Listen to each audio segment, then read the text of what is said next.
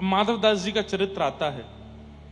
श्री जगन्नाथ प्रभु के परम भक्त श्री माधवदास, आप 24 वर्ष की अवस्था में पहली बार जगन्नाथपुरी गए थे। 24 वर्ष की अवस्था में। पहले सदगृहस्थ थे, पत्नी बच्चे सब थे, पर बालक को जन्म देते देते पत्नी पधार गई। आप और ज्यादा परेशान हो गए कि अब इस बालक की रक्षा कौन करेगा। तभी आपने देखा एक वृक्ष के ऊपर से एक अंडा नीचे गिरा और आप देख रहे थे, और वो अंडा जैसे ही नीचे गिरा तो नीचे आकर के सूखे पत्तों के ढेर में गिरा और अंडे का कुछ भी नहीं बिगड़ा। तब माधवदास जी बोले, इस अंडे में विराजमान बालक, उसकी मां भी नहीं है इस वक्त यहां पे, पिता भी नहीं है, लेकिन उसका जीवन है, तो इतनी ऊंचाई से गिर के भी वो बच गया।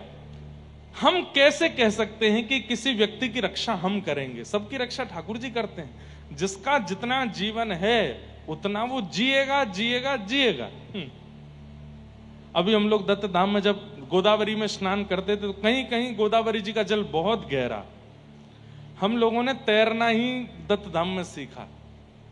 अब तो इतना सीख गए हैं कि इतना तो आ गया है कि डूबेंगे नहीं।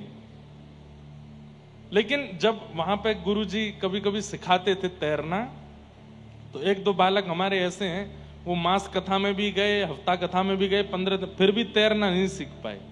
तो उनको गुरुजी अंतिम दिन एक बात कह रहे थे, बोले भाई तू तैरने का प्रयास तो कर, हम लोग चारों तरफ हैं, गहराई है, नहीं डूबेगा, हम हैं ना बचाने को, तब भी नहीं। तो फिर गुरुजी बोले भाई ये सोच के तैर ले कि जब आनी होगी तो आएगी, अगर मेरे प्राण अभी भी हैं तो मैं चाहे कितने गहरे में चले जाऊं फिर भी बच ही जाऊंगा। और ये बात सत्य है, जब मेरा अंत होना है तब ही होगा, चाहे उससे पहले कुछ भी घटना घट जाए, कुछ नहीं हो सकता। तो माधवदास जी इस बात की चिंता में थे कि मेरी पत्नी मर गई, बालक की रक्षा अब कौन करेगा। तभी वो अंडा गिरा, गिर करके भी फूटा नहीं, पत्ते के ढेर में गिरा। तो माधवदास जी बोले कि इसकी मां भी नहीं, पिता भी नहीं, फिर भी ये अंडा बच गया। मैं कौन होता हूं चिंता करने वाला अपने बालक की कि मैं इसको बचाऊंगा, मेरे रहने से ये बचेगा, इसकी कोई जिम्मेवारी तो नहीं, जगन्नाथ जी सब देख लेंगे। और बच्चे को परिवार के हवाले करके चले गए। 24 वर्ष की अवस्था में जब जगन्नाथपुरी गए तो केवल नील चक्र का दर्शन किया, जगन्नाथ प्रभु का नहीं। ऊपर विराजमान नील चक्र को देख करके इतना रोए, इतना रोए। क्यों रोए? कि मैंने 24 वर्ष लगा दिए ठाकुर जी के पास आने में। अगर मैं 24 वर्ष नहीं, कम से कम नहीं तो 18 वर्ष पहले, 19 वर्ष पहले भी यहां आ गया होता तो आज ठाकुर जी मिल गए होते। मैं 24 वर्ष गंवाने के बाद यहां पर आया हूं। सोचिए, इतने विरह व्याकुल हुए माधवदास जी कि 4 दिन तक भोजन नहीं पाया। कि मैंने 24 वर्ष पहले मेरे अंदर यह बात क्यों नहीं आई कि मैं आ जाऊं यहां पर। 24 वर्ष लग गए मुझको यहां आने में। और ठाकुर जी उनके इस भाव से इतने प्रसन्न हो गए कि श्री जगन्नाथ जी छोटे बालक का रूप धारण करके गए और प्रसादी लेकर के गए मंदिर से, और जाकर के माधवदास जी को दिया। कहा कौन हो? बोले मैं यहीं का हूं। पुजारी जी को पता चला कि एक कोई भक्त आया है, 4 दिन से भूखा है, तो उन्होंने जगन्नाथ जी का प्रसाद भेजा। माधवदास जी ने प्रेम से प्रसाद पाया। थाल वापस करने के लिए जब मंदिर गए तो पुजारी जी बोले थाल तुम्हारे पास कैसे आया? बोले आपने ही तो भेजा था। बोले अच्छा बताऊं? अभी चोरी करवाता है मंदिर से और कहता मैंने भेजा था। बोले अरे नहीं, आपने एक बालक के हाथ भेजा था। बोले कोई बालक के हाथ नहीं भेजा। मन कौन हो तुम, नाम क्या तुम्हारा? बोले आप मुझे नहीं जानते, मैं एक यात्री हूं, माधवदास मेरा। बोले मैं नहीं जानता तुमको, कैसे आया थाल तुम्हारे पास?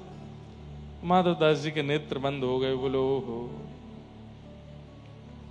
जगन्नाथ जी आए थे प्रसाद लेकर के, भूखा देख नहीं पाए मुझे, पवा के गए।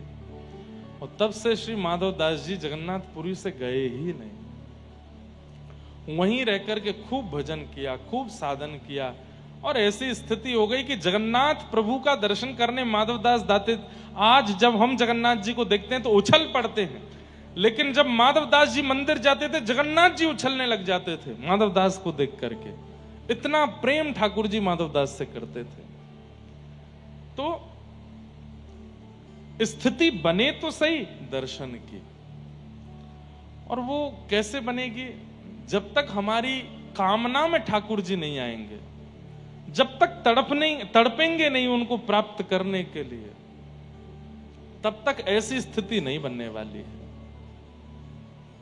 और वो तड़प कैसे आवेगी? कथाएं सुनो, जो आज्ञा की जाती है उसका पालन करो, जो बातें शास्त्रों में कथाओं में व्यास जी के मुख से निकल आती है, भक्त चरित्र में सुनते हो, उसको तुरंत पालन करना प्रारंभ करो। एक दिन इतना विरह चित्त में होगा।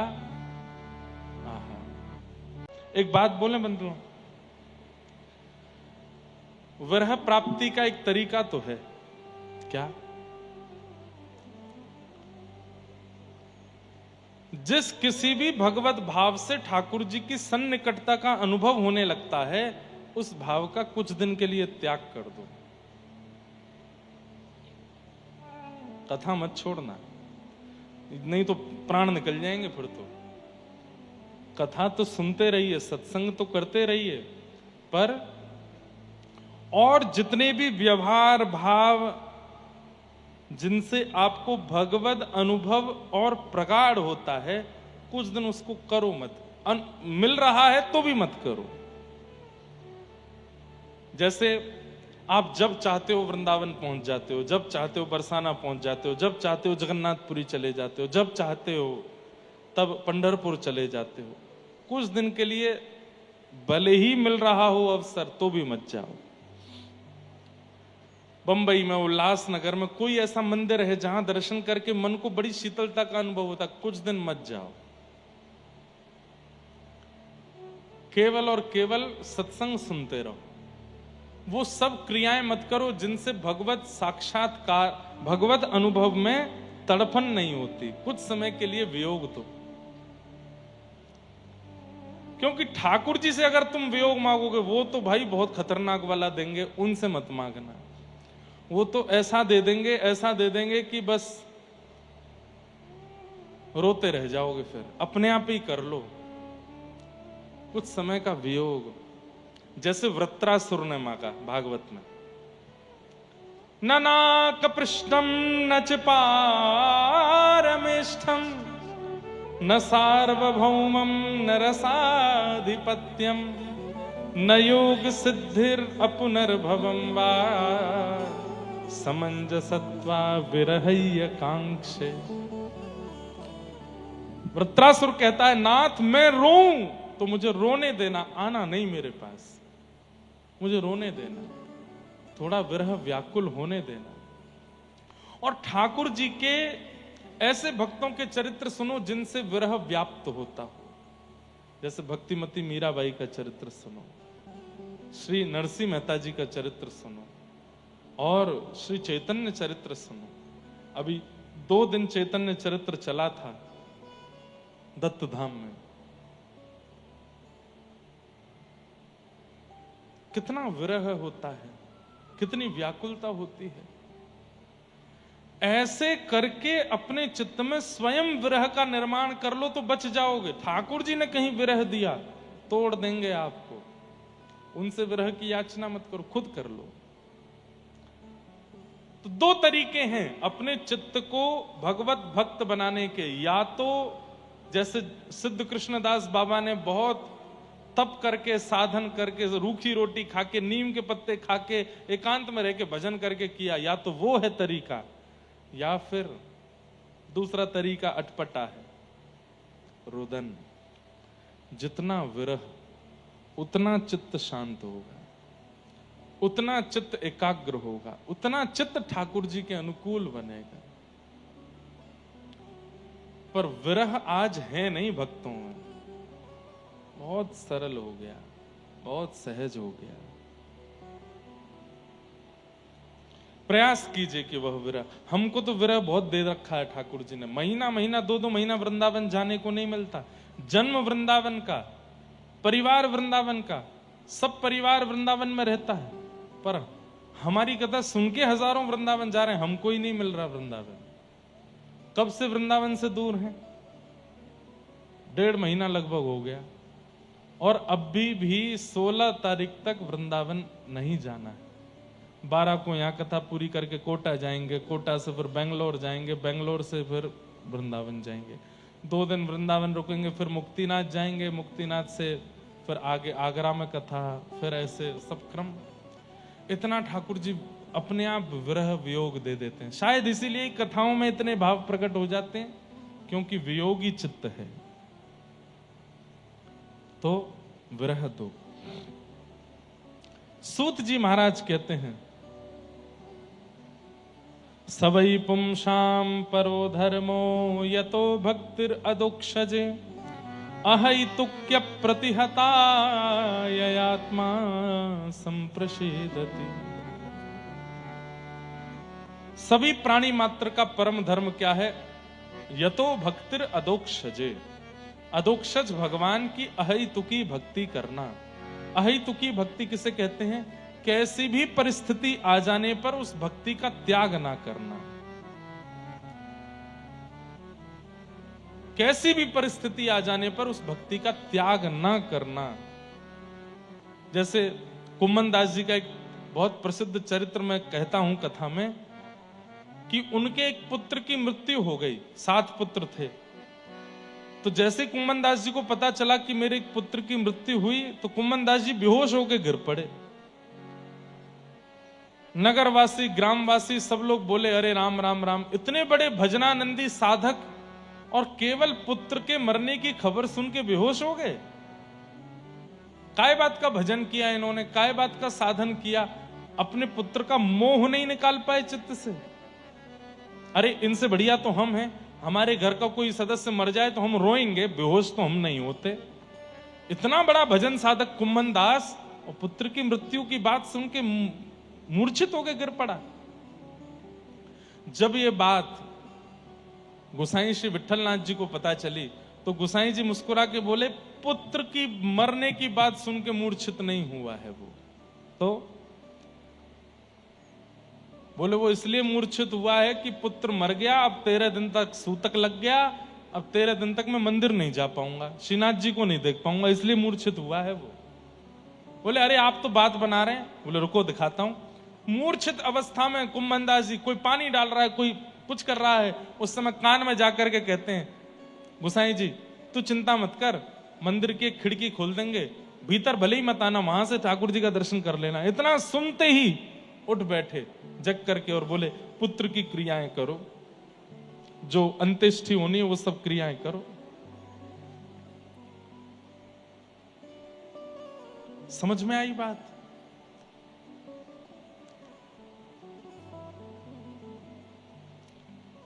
कैसे कैसे प्रेमी हैं ठाकुर जी के।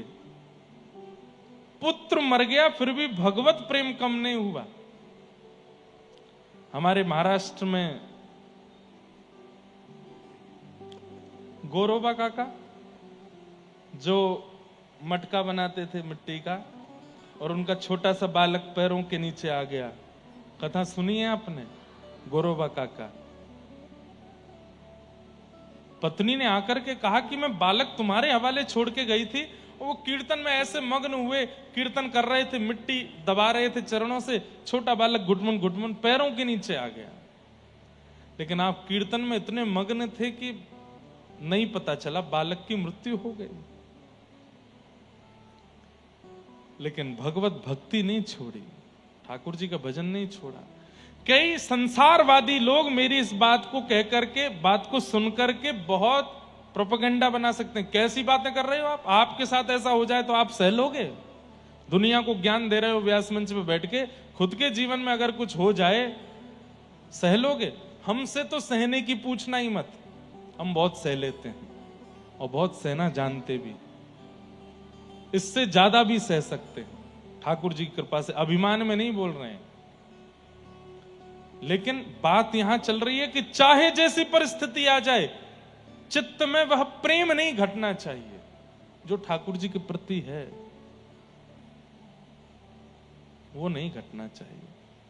उसे अहेतुकी भक्ति कहते हैं। और ऐसा प्रेम ठाकुर जी से करने वाला, उसके लिए सूत जी कह रहे हैं, वही व्यक्ति का परम धर्म है। यतो भक्तिर अदोक्षजे अहेतुक्य प्रतिहता ये आत्मा संप्रषेदति। अहेतु की भक्ति करो, चाहे जैसी परिस्थिति आ जाए, ठाकुर जी का त्याग नहीं। सुदामा चरित्र क्यों सुनते हैं हम? भोजन के लाले पड़ गए, घर में रहने के लिए अच्छी व्यवस्था नहीं, बच्चों को खिलाने के लिए साधन नहीं, लेकिन अयम ही परमो लाभो, सुदामा जी कहते हैं, उत्तम श्लोक दर्शनम। उनके लिए वो कष्ट है ही नहीं। संपदो नैव संपदः, विपदो नैव विपदः, संपदो नैव संपदः, विपद विस्मरणम विष्णु, संपद नारायण स्मृति। वास्तव में विपत्ति कोई विपत्ति नहीं है। पैर में लग गई, सिर में लग गई, कान में लग गई, हृदय में लग गई, पेट में लग गई, कोई भी पीड़ा हो गई या परिवार में कुछ हो गया, ये विपत्ति नहीं है। बहुत धन मिल गया, करोड़ों का फायदा हो गया, इतनी बड़ी प्रॉपर्टी मिल गई, ये मिल गया, ये संपत्ति नहीं। तो ठाकुर जी को भूल जाना, इससे बड़ी कोई विपत्ति नहीं, और ठाकुर जी की हमेशा याद बने रहना, इससे बड़ी कोई संपत्ति नहीं हो सकती। चाहे जैसी परिस्थिति आ जाए, ठाकुर जी को आप भूलते नहीं हो तो आप सबसे बड़े संपत्तिवान हो। आपसे बड़ा कोई संपत्तिवान नहीं है। ठाकुर जी को नहीं भूलते। धर्मस्वनिष्ठितः पुंसां विश्वक्सेन कथासु यः नोत्पादयेदधिरतिं श्रम एव हि केवलम्। बहुत अच्छी बात है। क्या?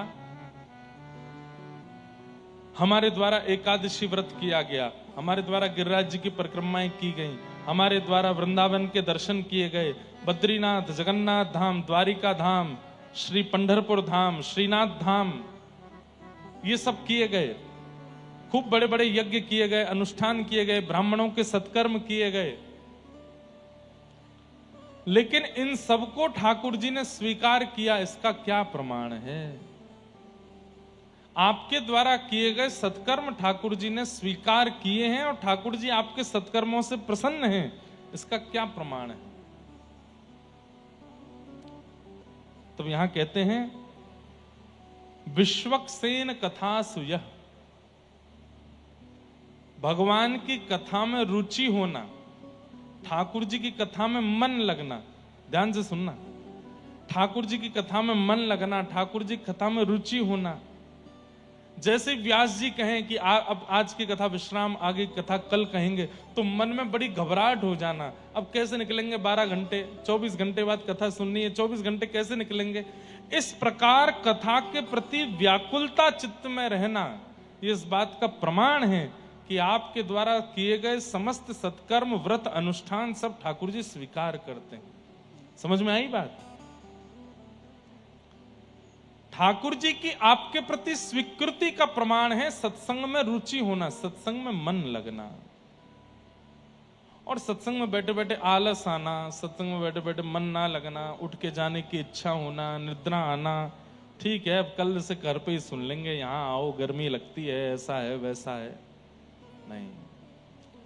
ठाकुर जी की अप्रसन्नता का प्रमाण है ये सत्संग में रुचि ना होना। यहां हम आते हैं 6:30 बजे, कई बार 7 भी बज, आज तो 7 बज गए, पर सुनने वाले लोग 2 बजे से आ जाते हैं, 3 बजे से आ जाते हैं। जिनको सुननी है कथा वो 2 बजे 3 बजे से आ जाते हैं, इतनी जल्दी आकर के बैठ जाते हैं यहां पर। अभी दिसंबर में मुंबई में कथा थी, दादर में, कौन कौन आए थे उसमें? आप लोग आए थे भैया। बंबई वाले हमको वहां दादर के, और दादर के आगे कौन सी जगह पड़ती है, हाँ जो भी पढ़ते हैं, वहां के इतने सारे लोग, न्यूज वाले और सब आके बोले कथा होती है 4-5 बजे से और लाइन लगती थी सुबह 8 बजे से, हैं अंतिम दिन की कथा में तो रात्रि 12 बजे से बच्चे और सब युवा बालक, मैं अपनी जहां रुका था वहां खिड़की में से देखूं और जहां तक देखूं लाइन, रात में 2 बजे मैं तो उठा था जल पीने के लिए, और मैं देखूं तो हरे कृष्ण महामंत्र चल रहा है। मैंने कि भाई 2 बजे कौन गा रहा है?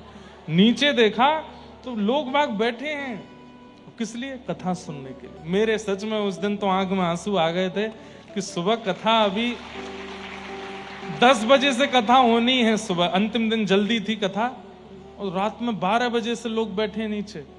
क्यों? वहां लाइन लगती थी, लाइन लग के भीतर, और जो पहले आएगा उसको आगे बैठने को मिलता था, तो हमको भागवत जी के पास बैठने को मिला। इसे 2-2 बजे से बच्चे बैठते, और कोई ऐसे नहीं कि बस ऐसे ही चलते फिरते बालक हो ना, अच्छे अच्छे घर के बालक बैठे।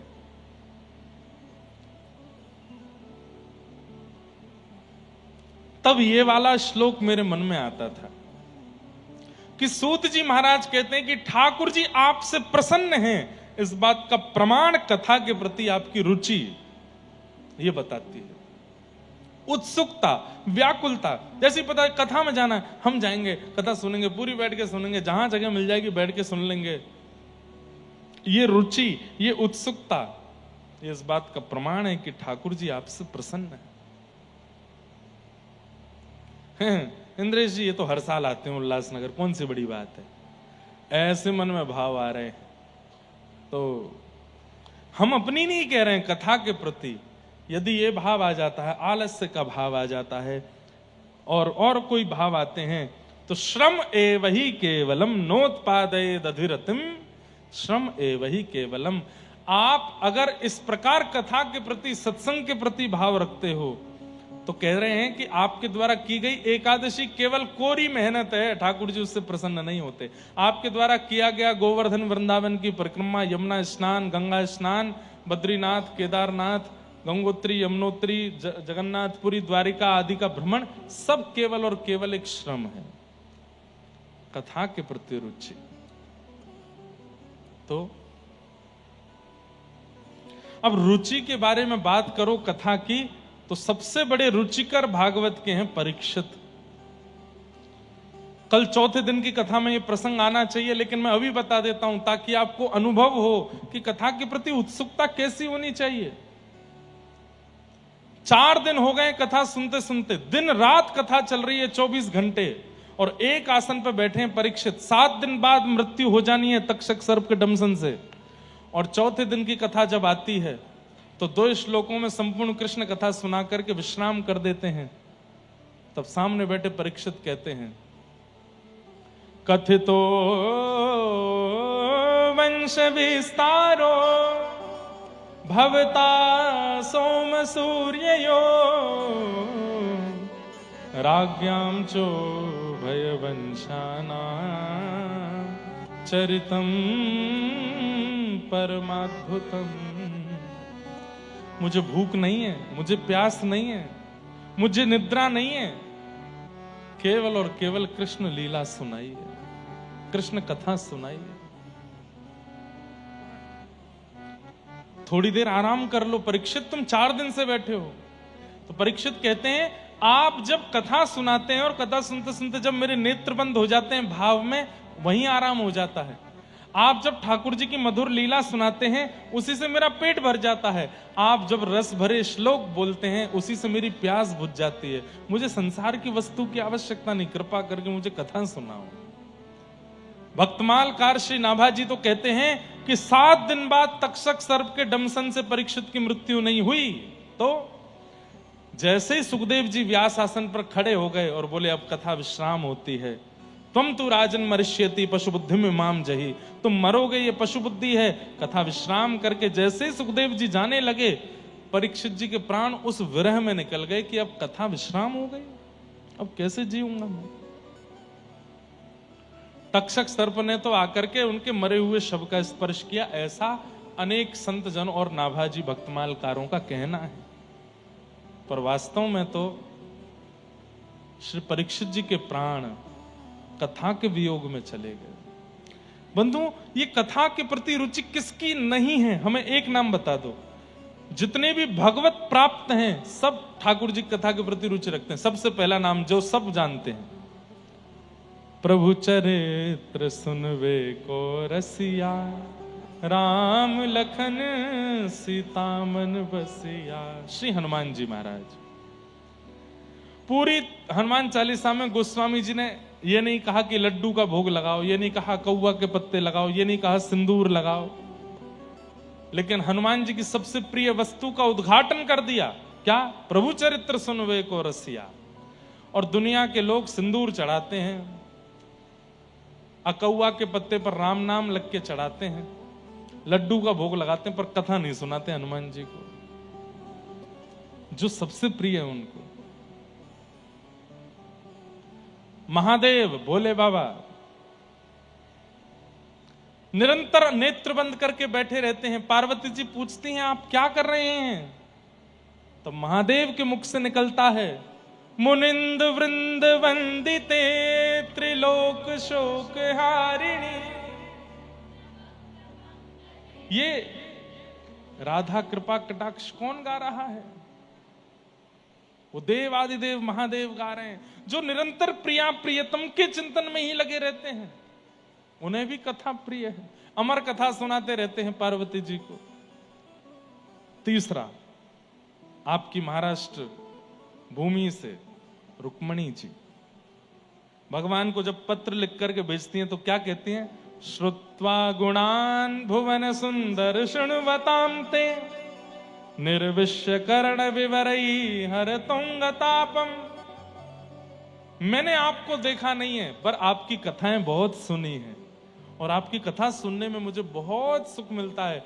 कई जगह तो कहते हैं कि ब्राह्मण देवता पत्र लेकर के भगवान के पास गए, भगवान ने पत्र खोल के पहला श्लोक की पहली पंक्ति पढ़ी और तुरंत पत्र बंद करके बोले अब तो ब्याह इन्हीं से करना है। क्यों? कथा के प्रति इतनी रुचि रखती हैं, ये हमारी अर्धांगिनी बनने लायक है। हनुमान जी, महादेव, रुक्मणी, और अब आ जाओ व्रजमंडल।